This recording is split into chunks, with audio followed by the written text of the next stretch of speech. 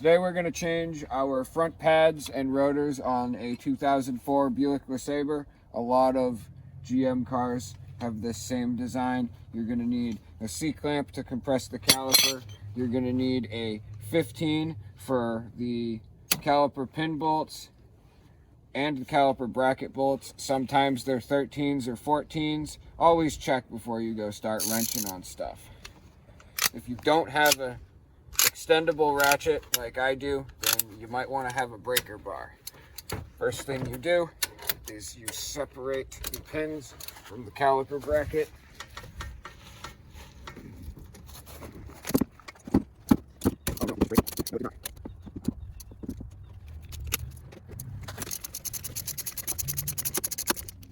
Sometimes you can get to the point where they come out by hand.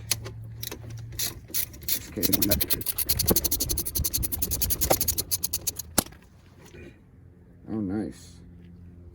Good thing we have spares. So that definitely broke.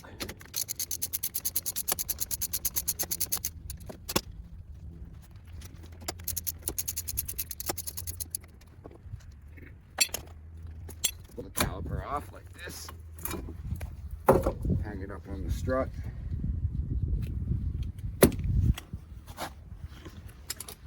Two 15s hold the bracket in place.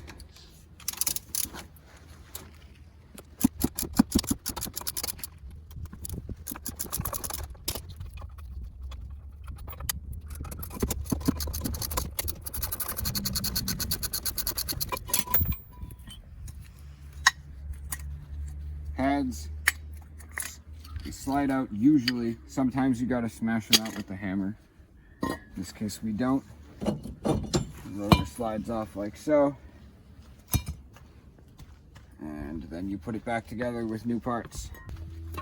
The new rotors, sometimes they come dirty. They have like oil residue from being manufactured. Spray it with some brake clean, clean it off. Don't touch it with your greasy hands.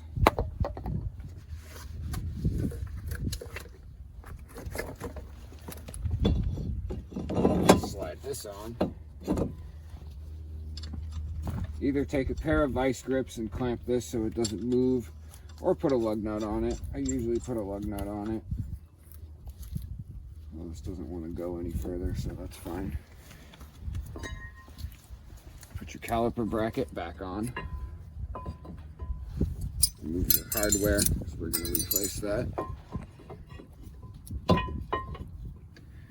Always thread your bolts in first, because if you start wrenching on it and it's not the right way, you're going to strip it, and that'll be a bad day.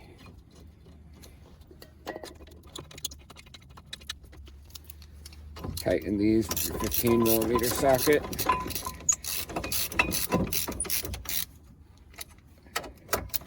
They get torqued to 38 foot-pounds. That's what GM tells you to do. 38 foot-pounds is not a very large amount of torque, so some good cranks by hand will be sufficient.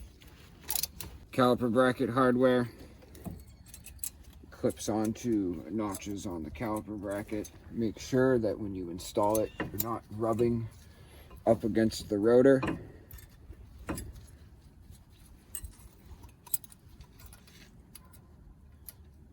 Just need a little push and it'll clip into place.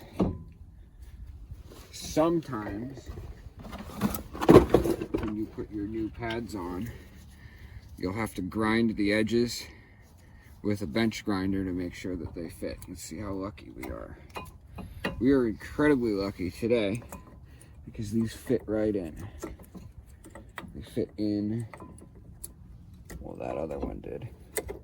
This one doesn't seem to, yep, it fits in perfectly. Before you put these in, make sure you lubricate them with either some grease or something like anti-seize. I use anti-seize. Make sure you don't get anti-seize on the rotor. You're gonna have to clean it again.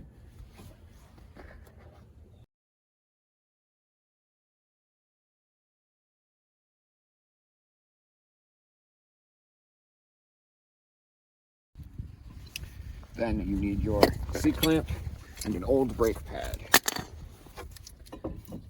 I rest it up here. As long as it's in a stable place, that's all that matters. This compresses the piston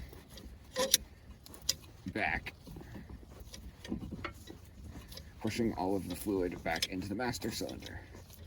So if you tried to put this on without doing this, it wouldn't fit, because you have a lot more pad than you did before.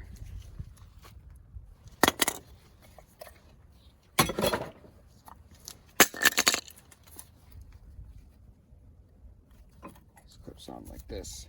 You'll have to position these boots in a way where they line up with these holes. Always grease your slide pins whenever you take them out so they don't seize and break.